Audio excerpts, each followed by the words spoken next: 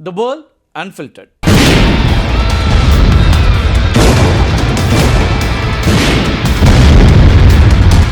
Iran is just a military operation to me. Iran is something that was essentially largely over in 2 or 3 days.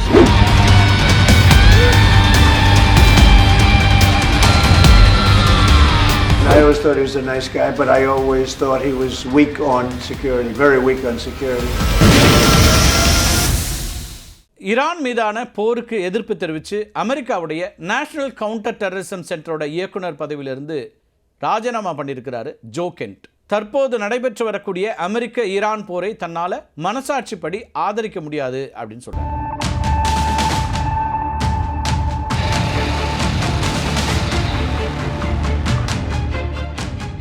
Iran அமெரிக்காவுக்கு உடனடி அச்சுறுத்தல் எதையும் ஏற்படுத்தவில்லை அப்படிங்கிறது தான் அவர் எழுதியிருக்கக்கூடிய ராஜினாமா கடிதத்தினுடைய சாராம்சமாக இருக்கு. இந்த போர் அமெரிக்காவுடைய நலனுக்காக தொடங்கப்படவில்லை அப்படின்னும் இது இஸ்ரேல் மற்றும் அதனுடைய ஆதரவு அமைப்புகளுடைய அழுத்தத்தால் தொடங்கப்பட்ட ஒன்று அப்படின்னு தான் ஜோ கென்ட் தன்னுடைய அந்த ராஜினாமா கடிதத்தில் குற்றம் சாட்டுறார். தன்னோட மனைவி ஷானன் கென்ட் அவங்க இதே போன்ற ஒரு போரில் அவரை இழந்தவர் அப்படிங்கிற முறையில் அடுத்த தலைமுறை இளைஞர்களை தேவையற்ற போருக்கு அனுப்ப விரும்பவில்லை அப்படின்னு உருக்கமாக தன்னுடைய இந்த ராஜினாமா கடிதத்தில் குறிப்பிட்டிருக்கிறார்.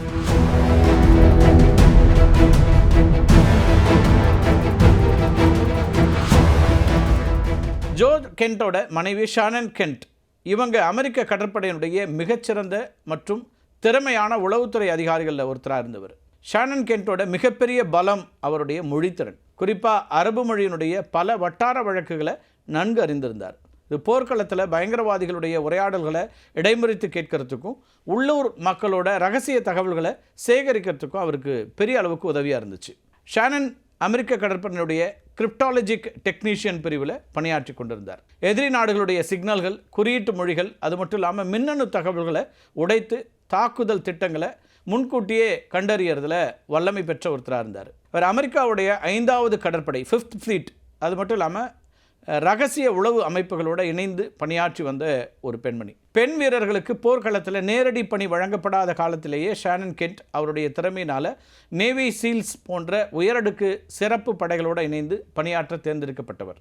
ஆபத்தான போர் முனைகளுக்கு சென்று பயங்கரவாதிகளுடைய இருப்பிடங்களை கண்டறியக்கூடிய உளவு வேலைகளை அவர் நேரடியாக செய்தவர். அவருடைய தகவல்கள் பல முக்கியமான பயங்கரவாத தலைவர்களை கண்டறியவும் அமெரிக்க வீரர்களின் உயிரை காக்கவும் உதவி பண்ணியிருக்கு. கடந்த காலங்களில் ஐஎஸ்ஐஎஸ் பயங்கரவாதிகளுக்கு எதிரான ஆப்ரேஷன் இன்ஹெரண்ட் ரிசால்வ் அப்படிங்கிற இராணுவ நடவடிக்கைக்காக ஷானன் கென்ட் சிரியா போனாங்க.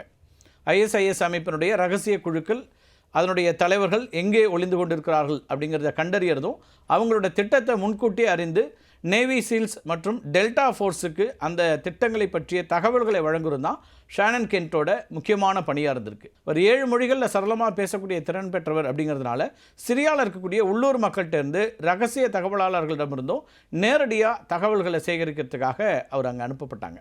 ஒரு பெண் அப்படிங்கிறதுனால உள்ளூர் அரபு பெண்களோட பேசி தகவல்களை பெறுவதில் அவருக்கு கூடுதலான வசதி இருந்துச்சு. 2019ஆம் ஆண்டு சிரியாவினுடைய மன்பிஜ் நகரில் இருக்கக்கூடிய ஒரு உணவகத்தில் உள்ளூர் அதிகாரிகளோடு ரகசிய சந்திப்பு ஒன்றை முடிச்சுட்டு வெளியில் வர்றாங்க. அப்படி வெளியில் வந்தபோது ஐஎஸ்ஐஎஸ் அமைப்பு நடத்திய தற்கொலை தாக்குதலில் கொல்லப்பட்டார்.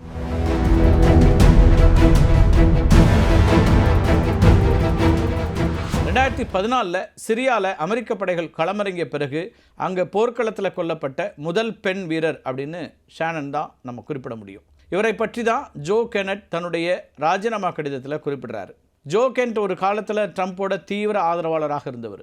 2020 அது மட்டும் இல்லாமல் 2024 தேர்தல்களில் ட்ரம்ப்புக்கு ஆதரவாக தீவிரமான பரப்புரையில் ஈடுபட்ட ஒருத்தர். அது மட்டும் இல்லாமல் டொனால்ட் ட்ரம்ப்போட மேக் அமெரிக்கா கிரேட் அகைன் இயக்கத்தினுடைய முக்கிய முகமாக அறியப்பட்ட ஒரு மனிதர். ஆனால் அவருடைய ராஜினாமாவுக்கு பிறகு ட்ரம்ப் கடுமையான விமர்சனங்களை முன் வச்சிருக்கிறார். I always thought he was a nice guy, but I always thought he was weak on security, very weak on security.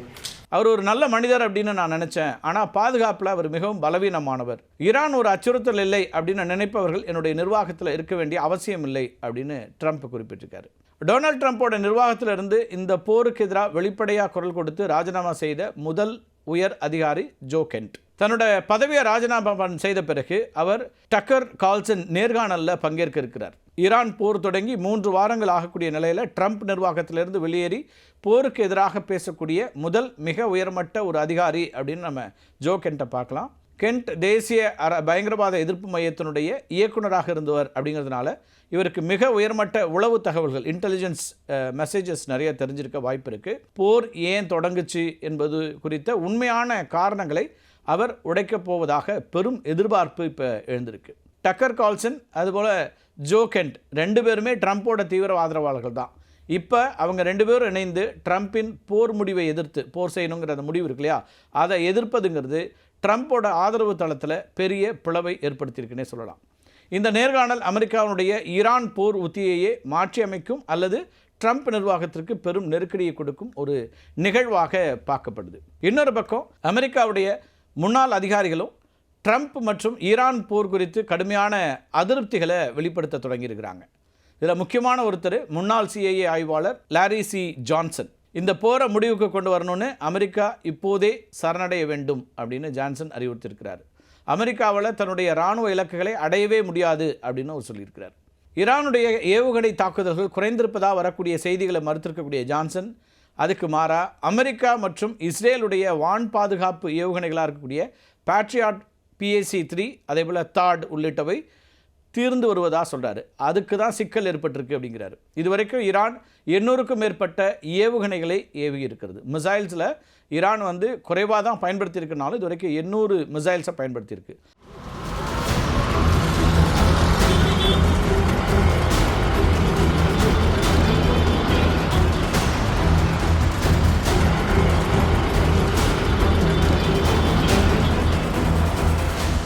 ஒவ்வொரு ஈரானிய ஏவுகணையையும் தடுக்கிறதுக்கு 2 பாதுகாப்பு ஏவுகணைகளை ஏவ வேண்டிய கட்டாயத்தில் இஸ்ரேல் அதேபோல் அமெரிக்காவினுடைய வான் பாதுகாப்பு அமைப்புகள் இருந்திருக்கின்றன. வான் பாதுகாப்பு ஏவுகணைகள் இப்போ தீர்ந்து வரக்கூடிய சூழல் அப்படிங்கிறாரு. ஈரான் இன்னும் 6 முதல் 8 மாதங்கள் வரைக்கும் இந்த போரை தொடரும் வலிமையை கொண்டிருக்கிறது அப்படிங்கிறது தான் லாரி சி ஜான்சனுடைய கருத்தாக இருக்குது.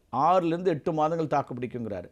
ஆனால் டொனால்ட் ட்ரம்ப்போட கருத்து என்னவாக இருந்ததுன்னா, 1 வாரத்தில் ஈரான் தன்னுடைய எல்லா விதமான ஆயுத போராட்டங்களையும் விடுத்து சரண்டர் ஆகிடும்னு எதிர்பார்த்தாரு. போர் 1 வாரத்தில் முடிவுக்கு வந்துடும் நினச்சாங்க. ஆனால் 4வது வாரத்தில் இருக்குது. ஈரான் ஏற்கனவே அணு ஆயுதத்தை தயாரிக்கக்கூடிய பணியில் ஈடுபட்டிருக்கலாம் அப்படிங்கிறது ஜான்சனுடைய சந்தேகமாக இருக்குது.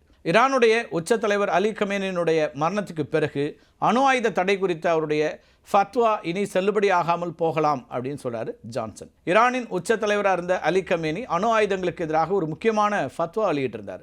அலி கமேனியுடைய இந்த ஃபத்வா முதல்ல 2003ஆம் ஆண்டு அக்டோபர் மாதம் வாய்மொழியாக அறிவிக்கப்பட்ட ஒன்று. அதுக்கு பிறகு 2005ஆம் ஆண்டில் இது அதிகாரப்பூர்வமாக சர்வதேச அணுசக்தி முகமையிடம் ஈரானிய அரசாங்கத்தால் சமர்ப்பிக்கப்பட்ட ஒன்று. அணு ஆயுதங்கள் மற்றும் பிற பேரழிவு ஆயுதங்களை தயாரிக்கிறது, சேமித்து வைக்கிறது, அது மட்டும் இல்லாமல் பயன்படுத்துவது இஸ்லாமிய சட்டப்படி ஹராம் அப்படின்னு அவர் அறிவிச்சிருந்தார். இஸ்ரேலிய தாக்குதலில் அலி கமேனி கொல்லப்பட்ட பிறகு இந்த ஃபத்வா குறித்து பெரிய விவாதம் இப்போ எழுந்திருக்கு. ஷியா இஸ்லாமிய சட்டப்படி ஒரு மர்ஜா அப்படின்னு அழைக்கப்படக்கூடிய ஒருத்தர் உயிரோடு இருக்கிற வரைக்கும் தான் அவருடைய ஃபத்வா நேரடியாக கட்டுப்படுத்தும். அவர் மறைந்த பிறகு அவருடைய பிணைப்புத்தன்மை குறையக்கூடும். அலி கமேனியினுடைய மகனான முஜ்தபா கமேனி தற்போது புதிய உச்ச தலைவராக பொறுப்பேற்றிருக்கிறாரு. அவர் தன்னுடைய தந்தையினுடைய ஃபத்வாவை தொடர்ந்து கடைபிடிப்பாரா அல்லது போரின் தீவிரத்தை கருதி அதை மாற்றுவாரா அப்படிங்கிறது இன்னும் தெளிவாக தெரியல. இதுக்கிடையில் அமெரிக்கா, இஸ்ரேல், ஈரான் இந்த 3 நாடுகளுக்கு இடையிலான போருங்கிறது 19வது நாளை எட்டியிருக்கிறது. போர் மிக தீவிரமான நிலையை அடைந்திருக்கிறது. ஈரானுடைய தேசிய பாதுகாப்பு கவுன்சில் தலைவர் அலி லாரிஜானி, அது மட்டும் இல்லாமல் பாசிச் படைத்தலைவர் சுலைமானி ஆகியோர் கொல்லப்பட்டதற்கு பழிவாங்கிறதுக்கு ஈரான் என்ன பண்ணுறாங்கன்னா, இன்று காலை முதல் தீவிரமான ஏவுகணை தாக்குதல்களை தொடர்ந்து நடத்திட்டு இருக்கிறாங்க.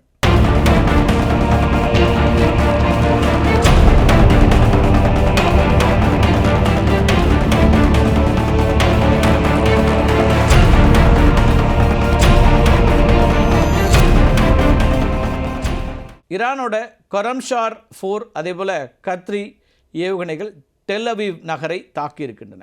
இல்லை, ரமத் கான் அப்படிங்கிற பகுதியில் ஒரு குடியிருப்பு கட்டடம் சேதமடைஞ்சதில் 2 பேர் உயிரிழந்திருக்கிறாங்க. துபாயில் இன்று காலை பலத்த வெடிப்பு சத்தங்கள் கேட்டிருக்கின்றன. அங்கே இருக்கக்கூடிய அல் மின்ஹாத் அப்படிங்கிற விமான நிலையத்தின் மீது ஈரான் நடத்திய தாக்குதலில் சிறிய சேதமும் ஏற்பட்டிருக்கிறது. ஆனாலும் அமீரகத்தினுடைய வான் பாதுகாப்பு அமைப்புகள் பல மிசைல்ஸை இடைமறித்து அழிச்சிருக்குது. சவுதி அரேபியா 6 ட்ரோன்களையும் குவைத் தன்னுடைய வான் எல்லைக்குள்ளே வந்த ஏவுகணைகளையும் இன்றைக்கி காலையில் இடைமறித்து அழித்திருக்கின்றன. இஸ்ரேலிய போர் விமானங்கள் இன்று அதிகாலை பெய்ரூட்டினுடைய மையப்பகுதியான பிலாட் மற்றும் பாஸ்ஸா பகுதிகளை தாக்கியிருக்கின்றன. இதில் 12 பேர் கொல்லப்பட்டதாக சொல்லப்படுது. தெற்கு லெபனானில் இஸ்ரேலிய தரைப்படைகள் முன்னேறி வருகின்றன. இன்று காலையில் இஸ்ரேலிய டாங்கிகள் நடத்திய தாக்குதலில் ஐக்கிய நாடுகள் சபையினுடைய அமைதி காக்கும் படைத்தளம் நேரடியாக பாதிக்கப்பட்டிருக்கு. அமெரிக்காவுடைய சென்காம் ஹாமூஸ் ஜலசந்திக்கு அருகே இருக்கக்கூடிய ஈரானுடைய நிலத்தடி ஏவுகணை தளங்கள் மீது 5000 பவுண்ட் எடை இருக்கக்கூடிய பங்கர் பஸ்டர் குண்டுகளை பயன்படுத்தி தாக்குதல் நடத்தியிருக்கு.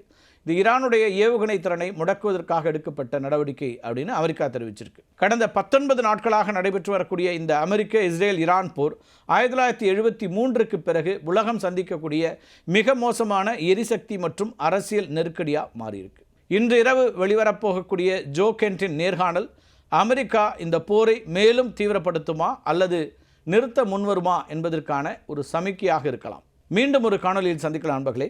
நன்றி, வணக்கம்.